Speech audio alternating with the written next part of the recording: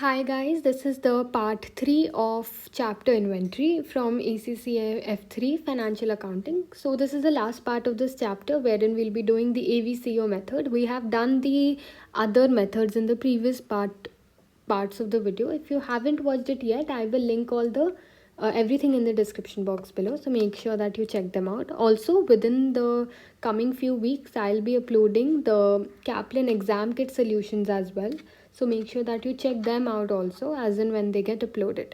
So now we will quickly be starting with our AVCO method and we'll be starting with the questions. So before doing that, let us just quickly revise all the formulas we have done so far. From the starting, whatever formulas we have done so far, let us revise everything so that it will be easy for us to solve and start with the questions. So first thing, tell me what was the formula of cost of sales. Now I think it's clear for everyone. Cost of sales is nothing but opening inventory plus purchases minus closing inventory. I think everyone knows it by heart by now, right? After this, tell me what is the formula of gross profit. See, if you haven't written it down even now, then make sure that you are writing at least now all the formulas in your notebook, because there is no point of watching this video if you are not writing everything down. So what is the gross profit? Revenue minus cost of sales, right? We have done that also.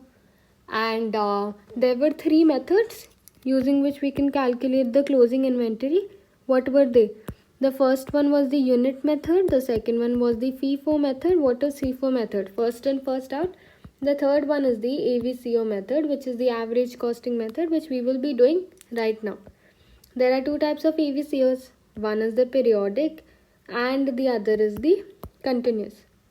We have done the periodic method in the previous part, but let us still quickly revise that also. So what was the formula which we were using when we were solving the periodic method? See, I am able to write the formulas without even looking at the book. Why? Because I have revised it so many times, and I have so in the same manner even you guys will learn it very quickly if you write it. If you keep writing it and if you keep watching the videos and if you keep revising the formulas, then it will be very easy for you. So whenever we are doing a periodic method, we were using cost per unit formula. And what was the cost per unit formula? Total amount of purchase, which will be given in the question, right? Total amount of purchases upon total number of units. Total number of units. Even this will be given in the questions. So when you divide this, you get the cost of 1 unit, right? After periodic method, we will be doing the continuous method. And if you recall, in the previous video, I had given you the formula of the continuous method. What you will be doing here is you will be making 3 tables with, right? You'll be making 3 tables.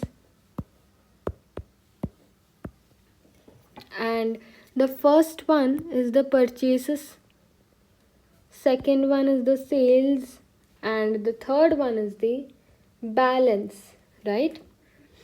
This we have discussed, and this would be the date, this would be the units, amount, total.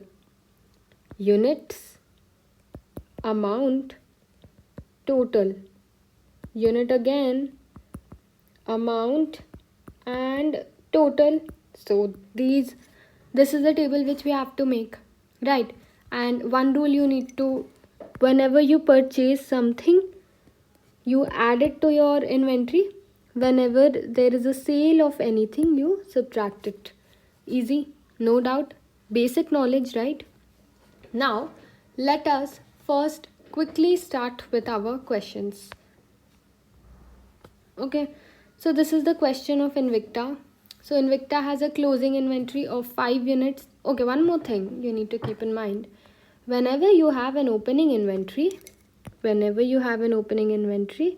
you consider that also in purchases, right? Because I had purchased it previous year. So when I'm seeing my total purchases, I need to add the opening inventory, because that should be included in my total purchases, right? Okay, so let's start with the question. First, read it quickly and highlight whatever is important, and let us write it down in our notebooks. You are writing it along with me, otherwise, there's no point of watching this video. I have repeated this multiple times, so make sure that you actually write it down. They will quickly finish with this chapter. So Invicta has a closing inventory of 5 units at a cost of 3.50 per unit. So this was the previous year's closing stock, which means it is this year's opening stock, right? So let us quickly write it down over here. Opening stock. So we have opening stock of this year. So what was the date? 1st Jan, I guess. Let me quickly check it again. Yeah, it is 3.50 per unit. Okay, yeah, 1st Jan, 5 units at 3.50. So it is 5 units at 3.50. Now rest of the purchases. We have been given with the other purchases also. 2nd Jan, 4th Jan and 6th Jan. Let us write this also. So this is the amount of the purchase which has been made by Invicta. So let's quickly write 2nd January, which is 5 at 4. I hope even you are writing everything down. And next we had 5 units at $5.50. And the last one we had was 5. Sorry, this was 5 at the rate 5.50. Okay, what are the dates? 4th January and 6th January. This was 4th Jan and this was 6th January. Okay, so this was our purchases of the year. These are our purchases of the year. Now let's read the question further. Invicta sold 7 units for 10 per unit on 5th January. So on 5th January she sold 7 units.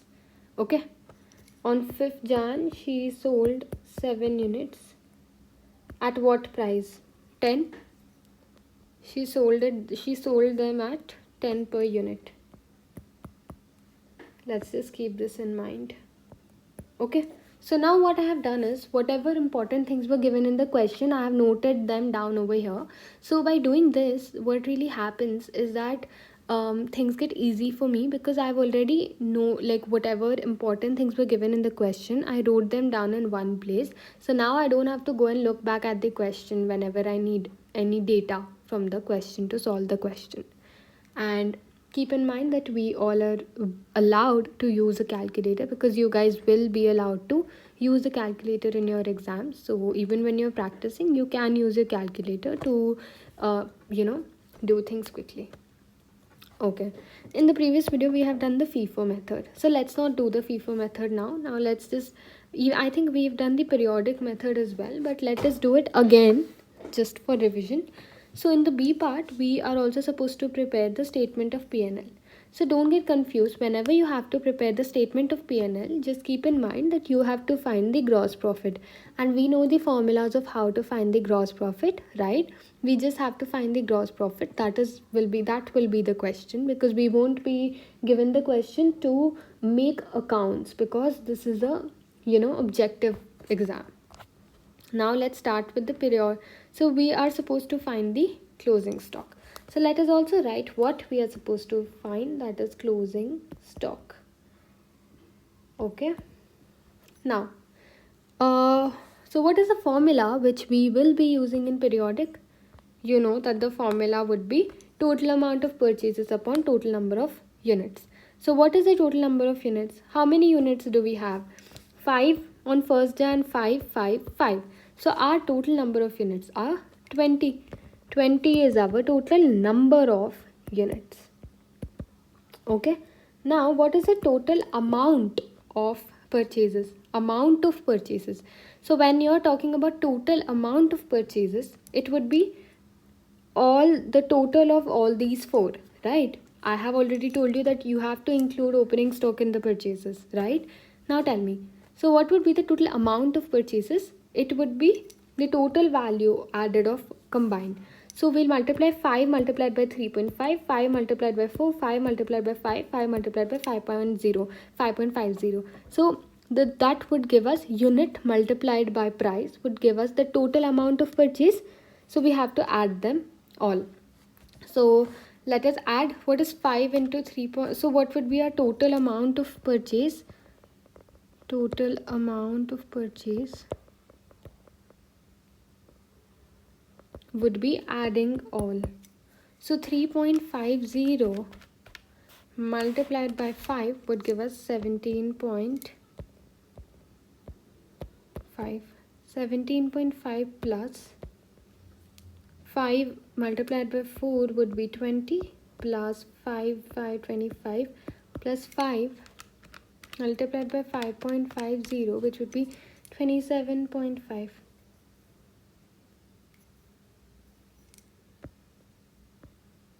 27.5. So total amount of purchases would be adding all of them divided by 20.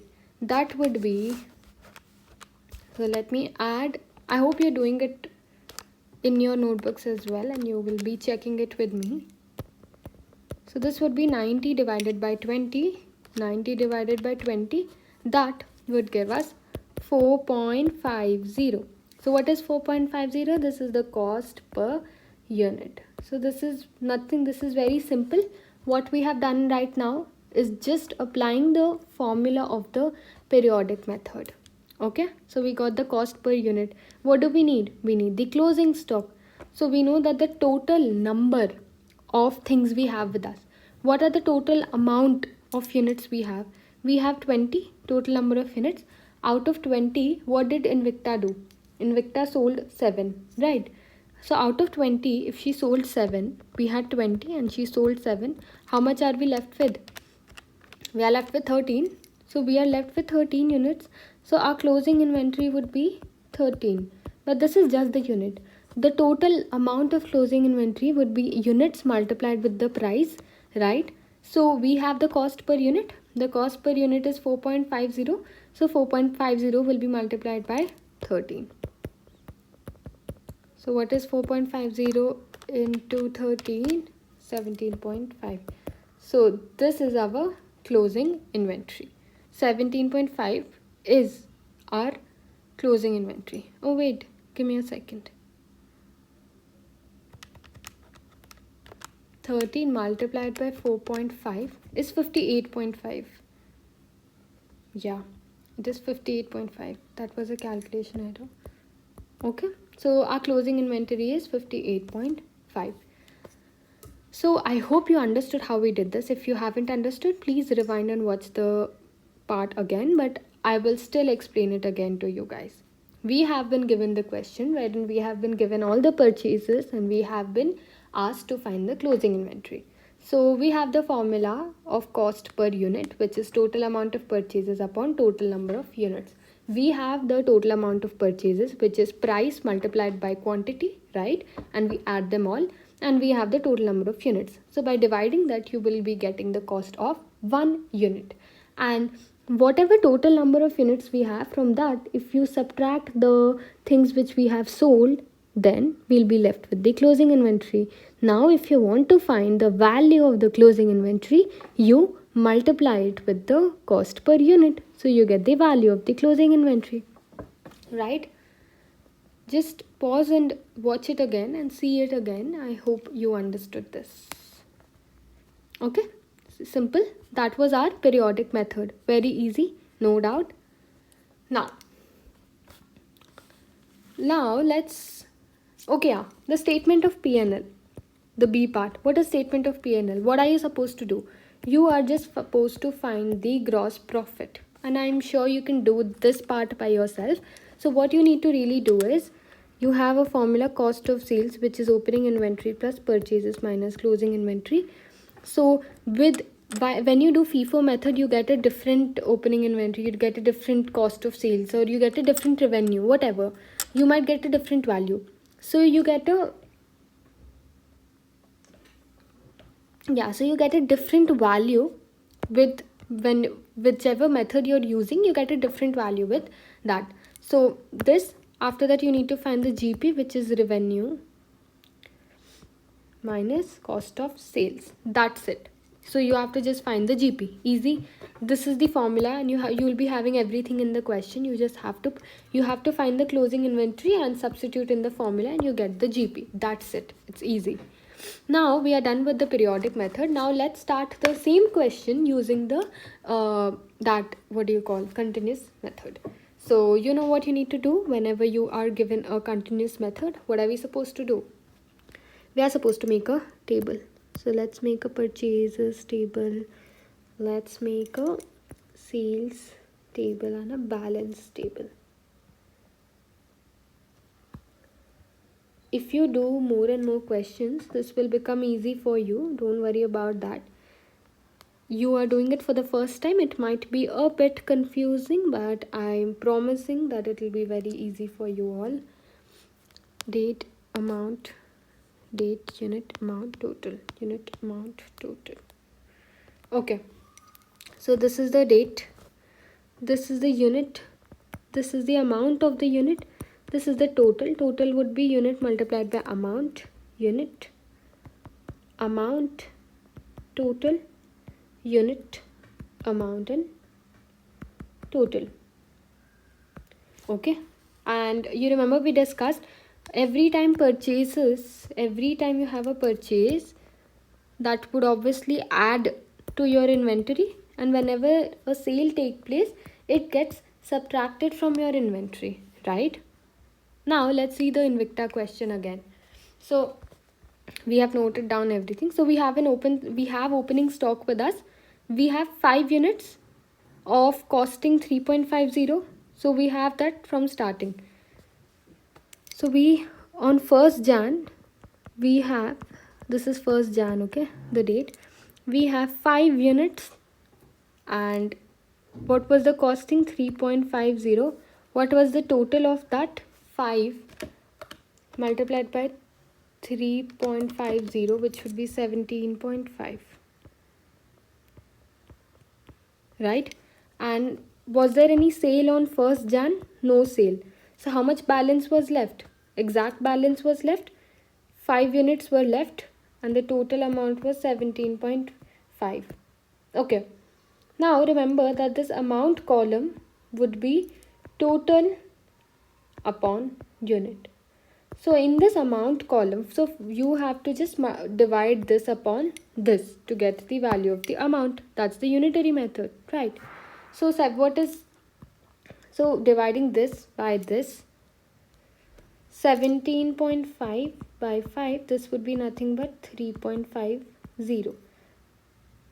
This is our balance left. I hope you're writing everything down. Now let's go back to the question. On 2nd January, 5 units were purchased, right? Okay, let's write that down. On 2nd January, 5 units were purchased at 4.00. What is the total? 5 4s are 20. And was any sale taking place on 2nd January? No. So how much balance is left?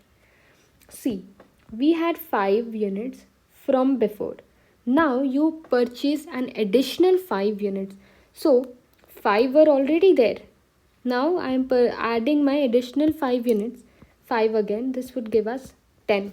So we have 10 over here. We already had a total of 17.5. Now we got added 20 more because we purchased 20 again. So this would be 17.5 plus 20, which is 37.5. Now tell me, what was the formula of the middle column? In the middle column, what are we supposed to do? Total divided by unit, which is 37.5 divided by 10. What is 37.5 divided by 10? Tell me.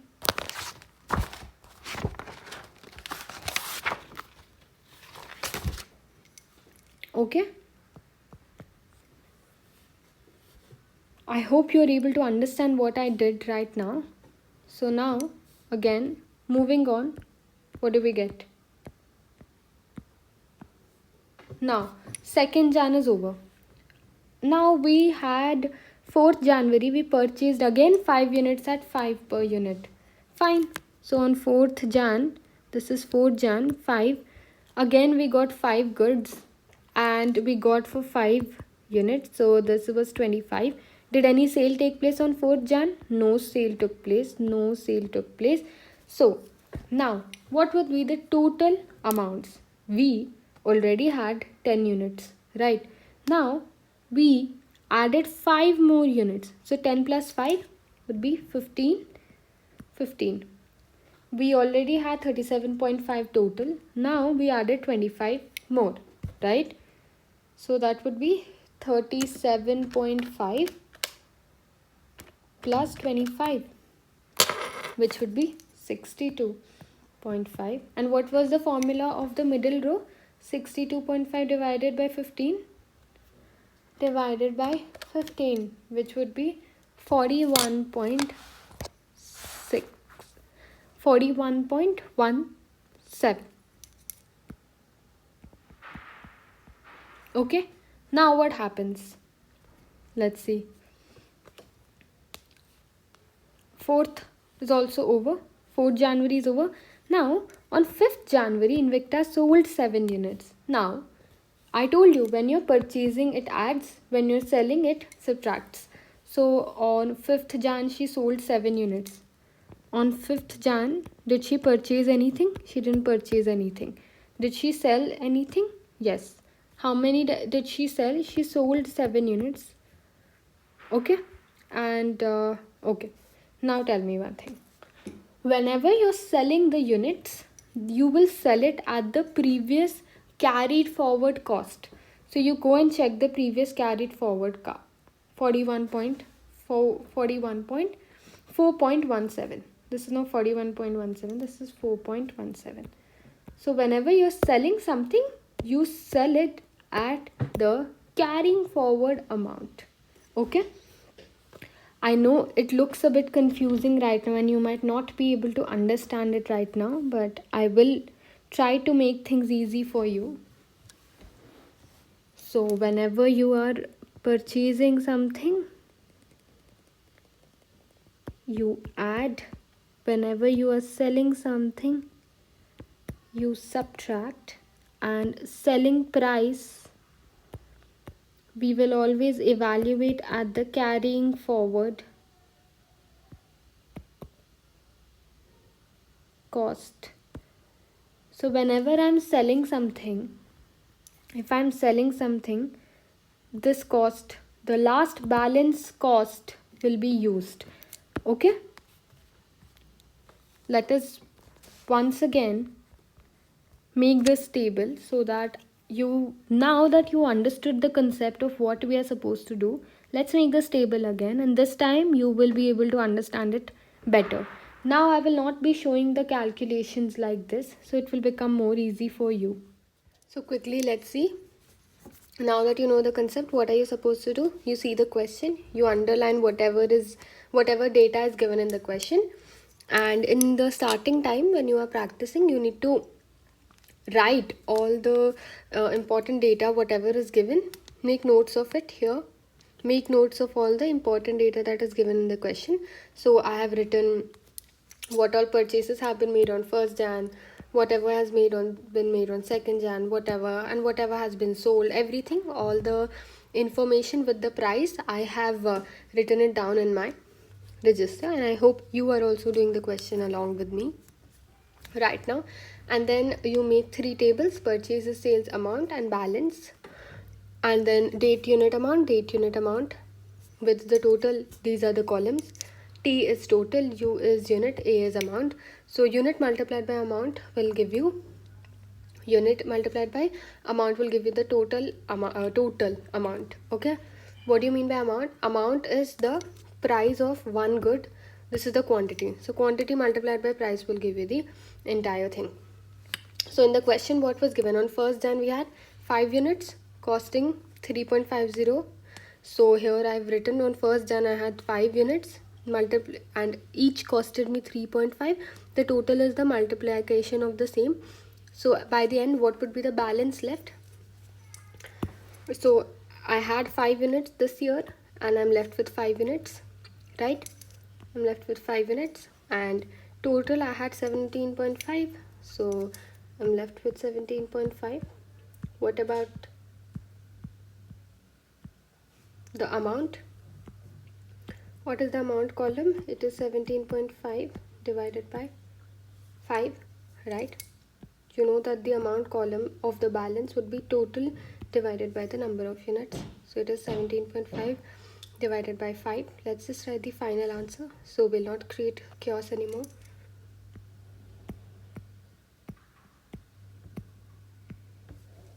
Okay, now let's go to the next purchases. On 2nd Jan she purchased 5, right? She purchased 5, each costing $4. So now let's write that. 2nd Jan, each costing $4.20. Did any sale take place this year? No sale took place over here. So what is the balance left? I had 5 before, now I bought 5 more, so 5 plus 5, right, would be my amount. Why? I had 5 and now I got 5 more, so it would be 5 plus 5. What about the total column? I had 17.5 from before, I purchased 20 more, so here I will have 17.5 plus 20, right? And what would be the middle column? Total divided by the number of units. We have discussed all of this. Now let's just write the final answer. So 5 plus 5 would be 10. Oops, give me a sec. 5 plus 5 would be 10. 17.5 plus 20 would be 37.5. Middle column would be 37.5 divided by 10. What would that be? 375. 3.75, right? Now 1st Jan is over, 2nd Jan is over. What did she do on 3rd Jan? Nothing. So 4th Jan she purchased 5 more for 5. So now you know what to do. I hope you are solving it with me. So on 4th Jan she purchased 5 more goods, each costing $5, and total would be 25. Did any sale take place on 4th Jan? No. Now what would be the total? We already had 10 goods, now we are getting 5 more, so 10 plus 5 would be 15. What about the third column, the total column? We already had 37.5, now she got 25 more, so that would be 37.5 plus 25. What is that? 37.5 plus 25. Now do it yourself. What would the middle column be? Division of this by this. I repeating it again and again, but please solve it along with me. Otherwise, there is no point of watching this video. You just need to solve it by yourself, and you need to check your solution with the video and not copy what I'm doing. Okay. 4th Jan is over. Let's see if anything was done on 5th Jan. See, the purchase is on 6th Jan. On 5th Jan, we sold this much. Okay. On 5th Jan, we sold 7 at 10. So, did we purchase anything on 5th Jan? No purchase. We sold. How much did we sell? We sold 7 units. And you know that purchases are added and sales are subtracted. 7 units. And okay, now 7 units have been subtracted. And which cost are we taking in sale? We will never take the sale price. We will always ignore the sale price. We will take the carrying forward balance. What is the amount? This is the amount column. This is the amount column of the balance. And the last, the previous amount will be taken. In record chestna. Snanam chestum. So the previous, whatever the carrying forward amount is, that will come to the sale price. So whenever you're selling something, the carrying forward amount from the balance will be the price. Just remember that. We'll do so many questions, so it will become easy for you. So what would be the sell amount? See, quantity is given in the question, but we will ignore the selling amount which is given in the question. Whatever selling amount is given, this we will ignore. Okay, and we will always assume that the carrying amount would be at what we are selling. So this is our carrying amount. We will bring it here, which is 4.17.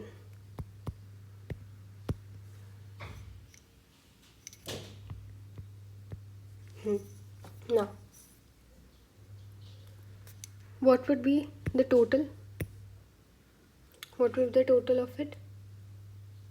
Unit multiplied by the amount would give you the total. So 7 multiplied by 4.17. How much is that?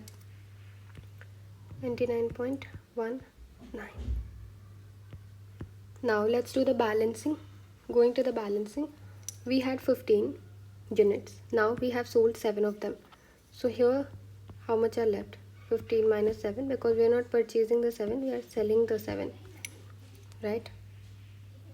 Clear? So 15 minus 7 would be 8. We had 62.5. Now we have sold 29.19 from it. So since we have sold, the goods went out. So 62.5 minus 29.19. How much would that be? 33.31. And you know whatever the middle row is 33.31 divided by 8, which would be 4.17. Again. Now,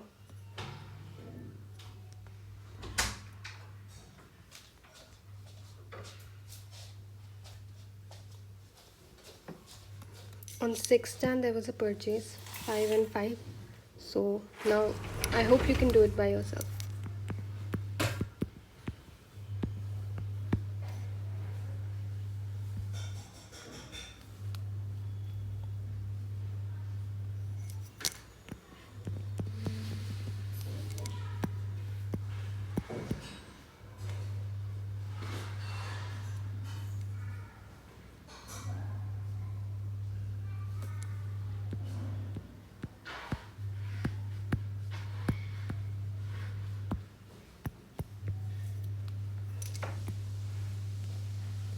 Eight plus 5,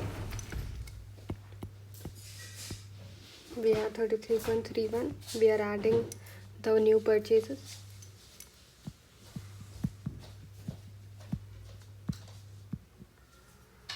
The middle row is the division.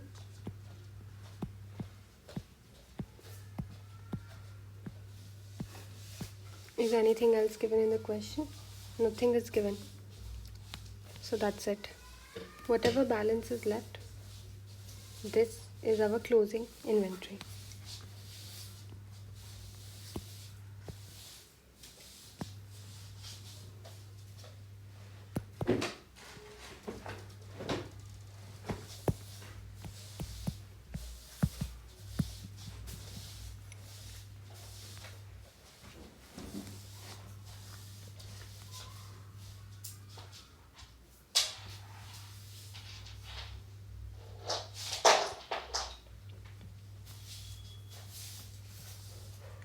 See, even they got 60.81. They have done the same thing, but they have done it in a very difficult format. So it's better you follow this format.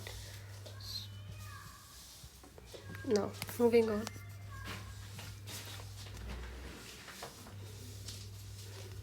Let's do the test to understanding 9. We have to just find the clue. So this is easy again. So these are the purchases which are given to us, and we are supposed to find the closing inventory using Fifo method, the first in first out method. So we basically just have to use the Fifo method and find the closing inventory and the gross profit. Now think about it. Since it is an objective question, you don't have to sit and solve both of them. Why? Because you can just find the closing inventory. If you get the closing inventory, just circle that option. That is your answer, whatever it is. Let's start solving the question now. Okay, so how many units she's selling? She's selling 1420 articles. 1420 articles are to be sold. Okay, now let's see. First in first out, whatever comes in first goes out first. So on Jan we had 380 goods. Let's give all the 380. So how much will be left? 0. Out of 1420 we have given 380. So now how many have to give? 1420 minus 1420 minus 380. I have given 380. Now I have to give a 1040 more goods. In Feb 400 were there. Let me give off all the 400. That would be how much? 0. So out of 1040, I have given 400 goods again. So subtracting that, I'll be left with 640. Now,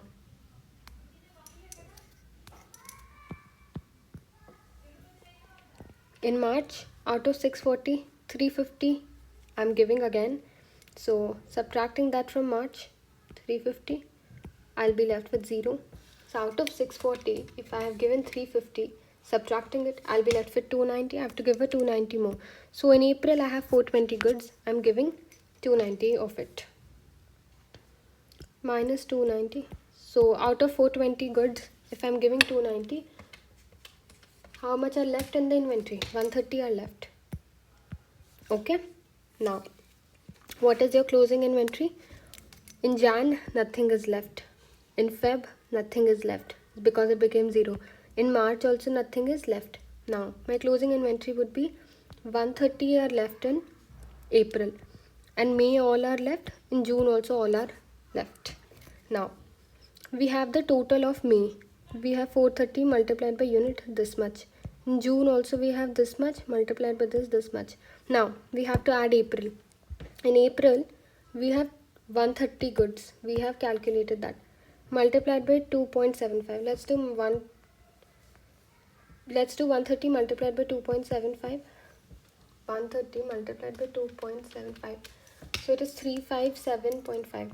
So we have 357.5. Now, how much inventory is left? We need to add this, and this. Let's do that. 1290 plus 1430 plus 357.5.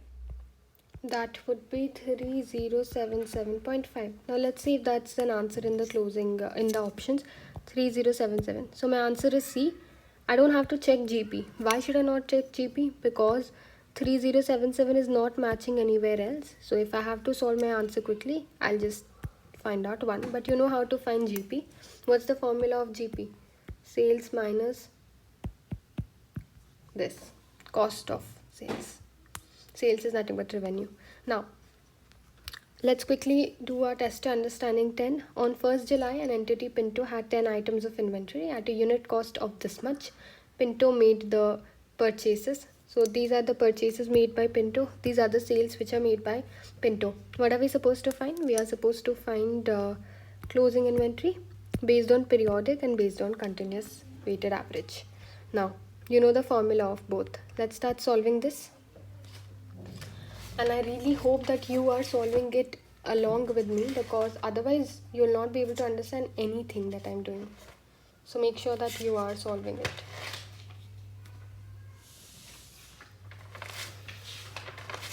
Okay. Now, let's first do periodic. Periodic, what will be the formula of periodic? You know that it would be total amount of purchases upon the number of units. What is the total amount of purchases? Total amount of purchases is the opening stock we have 10 into 8.5. So tell me, what is the total amount of purchase?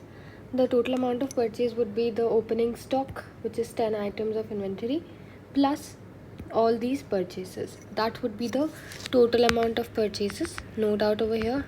Is that clear? Now, tell me, what would be the total sales which has been done? This would be the total sales. Everything is given in the question. Now, let us start adding the total amount of purchase. Okay, before that, first let's read the question. What does the question say? Oops. I hope you're writing it along with me. So first we need to calculate using the periodic weighted average cost. Okay, so we are doing the test to understanding 10. This is the last question. So first let's write the formula of the periodic. What is the first formula?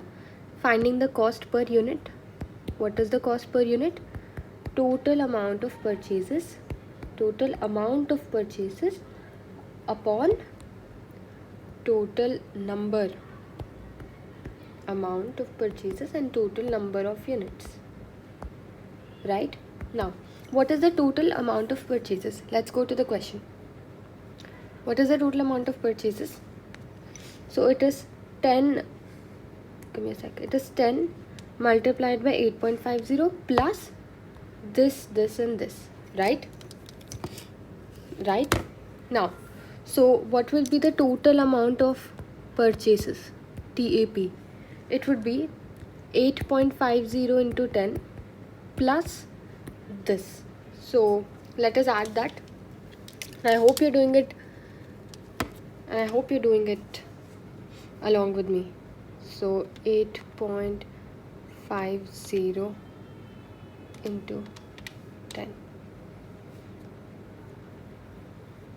85 plus 135 plus 230 plus 190, which is 640, right? This would be 640. So the total amount of purchases is 640. Total amount of purchases 640 upon total number of units. So now tell me, what is the total number of units? So the total number of units would be 10 plus this quantity, right? So that would be 10 plus 15 plus 25 plus 20, 70, right? So it would be 60 plus 10, that is 70. So divided by 70, what would that be? That would be 9.14. So what is 9.14? 9.14 is the cost per unit. Now you have the cost per unit. You need to find the closing inventory. Now let's go back to the question. Okay. Now, how to find the closing inventory? You have cost per unit. How much has she sold? She has sold 50 units. She has sold 50 units. Now, you have sold 50 units and you know the cost per unit. The cost per unit is 9.14. And how many units she has sold? 60. She has sold 50 units, right? And out of 50, so how much will be our closing inventory? Think about it for a second.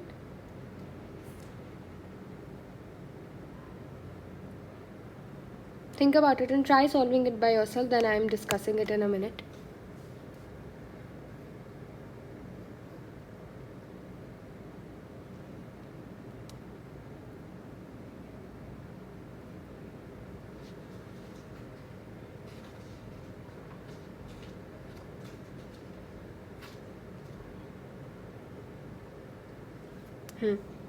Okay.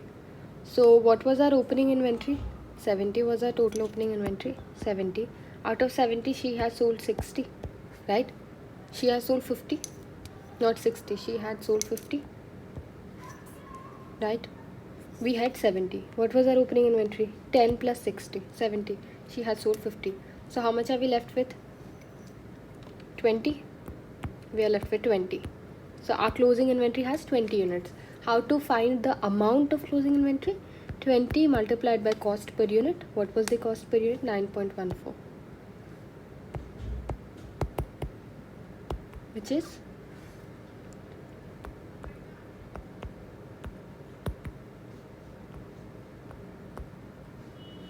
easy.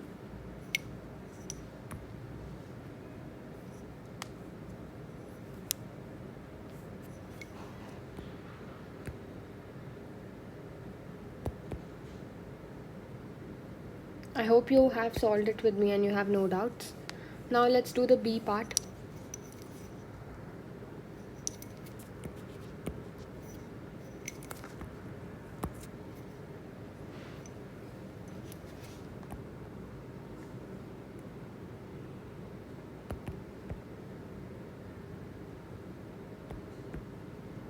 You know how to do the continuous method. You need to first make the 3 tables.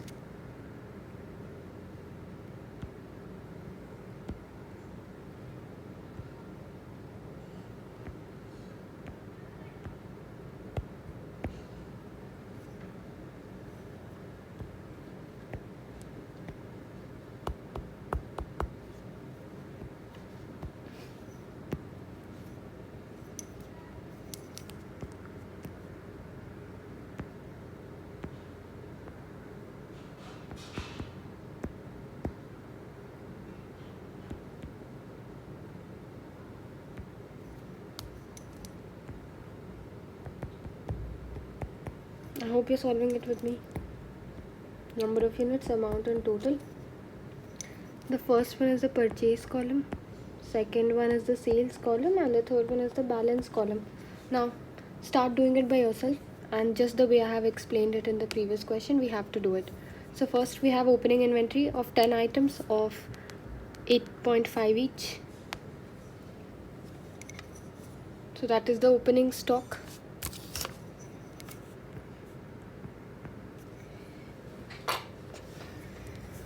This is 1st July. We have 10 units costing 8.5 each. Total is 85. Next, let's go back to the question. What else do we have? On 14th October. Okay. Now let's see if we have a date which is before 14th October. 14th October. Okay, here we have 23 August. Fine. So on 23 August, a sale took place. 7 multiplied by 12, which is 84. That's what it is. But before that, let's do the balancing. So by the end of the year, nothing else happened this year. So we are left with 10 units. And we are left with 85. And you know what the middle column is? 85 divided by 10. Right? Now, 1st July is over. On 23rd August, a sale took place. Right? Okay. Let's do that. 23rd August. 23rd August, a sale took place. We saw that a sale took place 7, and the carried forward amount would be the sale price. This would be the sale price, right? So 8.50.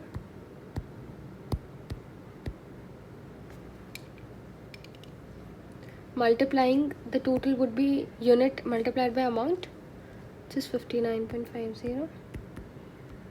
Okay, now what is the balance? Did anything else happen on 23rd August? Nothing happened. So we had 10 units, right? Out of 10 units, 7 have been sold. So 10 minus 7 would be 3. We are left with 3 units. And we had 85. Out of 85, 59.50 we have sold. So subtracting, we are left with 25.5.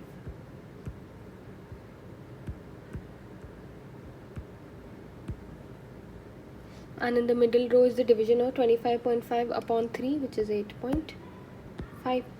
Okay. Now 23rd August is over. After 23rd August, 14th October. On 14th October, we purchased 15 for 9 each. On 14th October,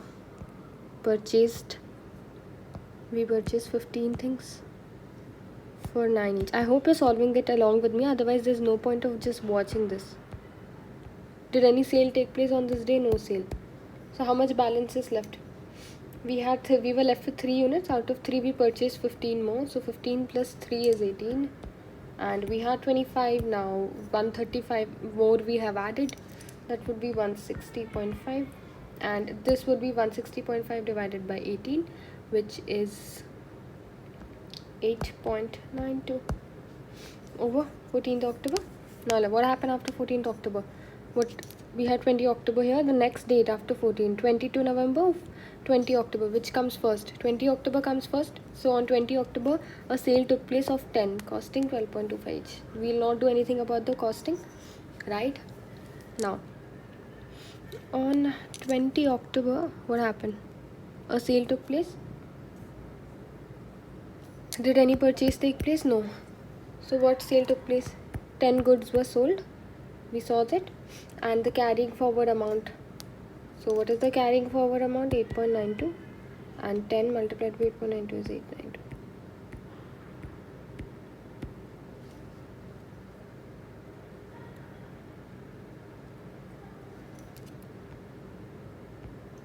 $89.2. This is the decimal, 89.2. Now what is the balance left? We had 18. Out of 18, we sold 10 of our goods. So 18 minus 10, which is 8. And out of 160, we are subtracting that. It will be 71.3. And 71.3 divided by 8 would be 8.92.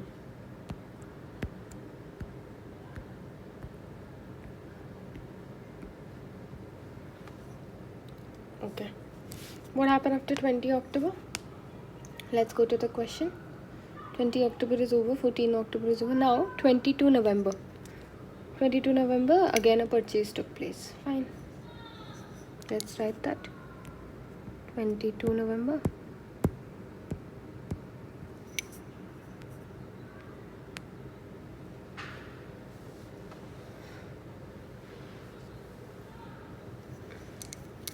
Now I hope you're understanding what to do and you're doing it by yourself.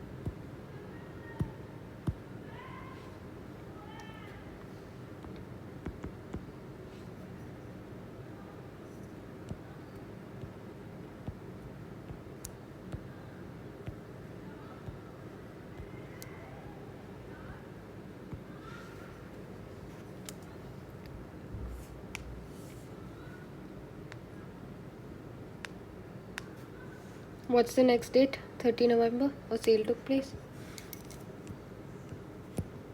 Did any purchase take place on that day? No.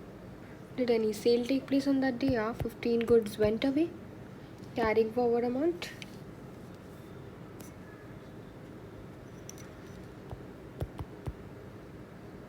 $9.13 into 15. 136.95. What is the balance? Out of 33, 15 went out.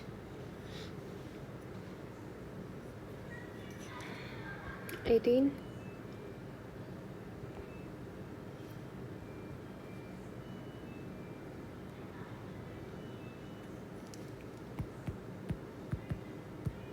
Again 9.13. That's our balance. Now 30 November is also over. Let's see the next date.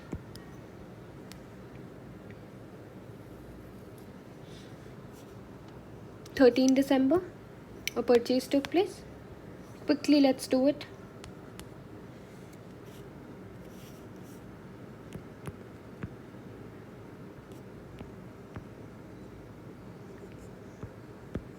This is 9.5. Did any sale take place? No sale took place. So balance 20 plus 18, 38.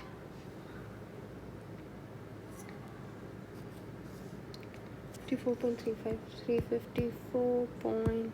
Oops, just a second.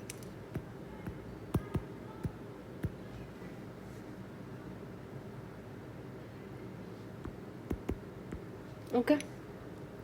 13 December is over. Is anything left? Yeah, 24th December is left. A sale took place on 24th December. So no purchase took place. A sale took place. 18 goods were sold at the carrying forward amount. So that would be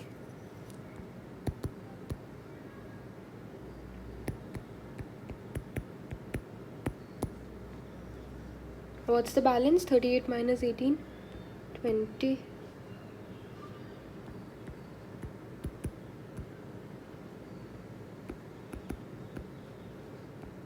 So what is our closing inventory? The balance is our closing inventory, which is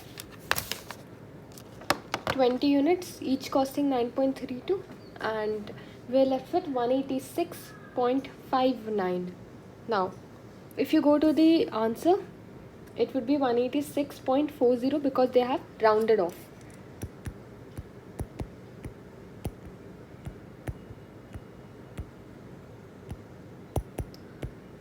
So they have rounded off.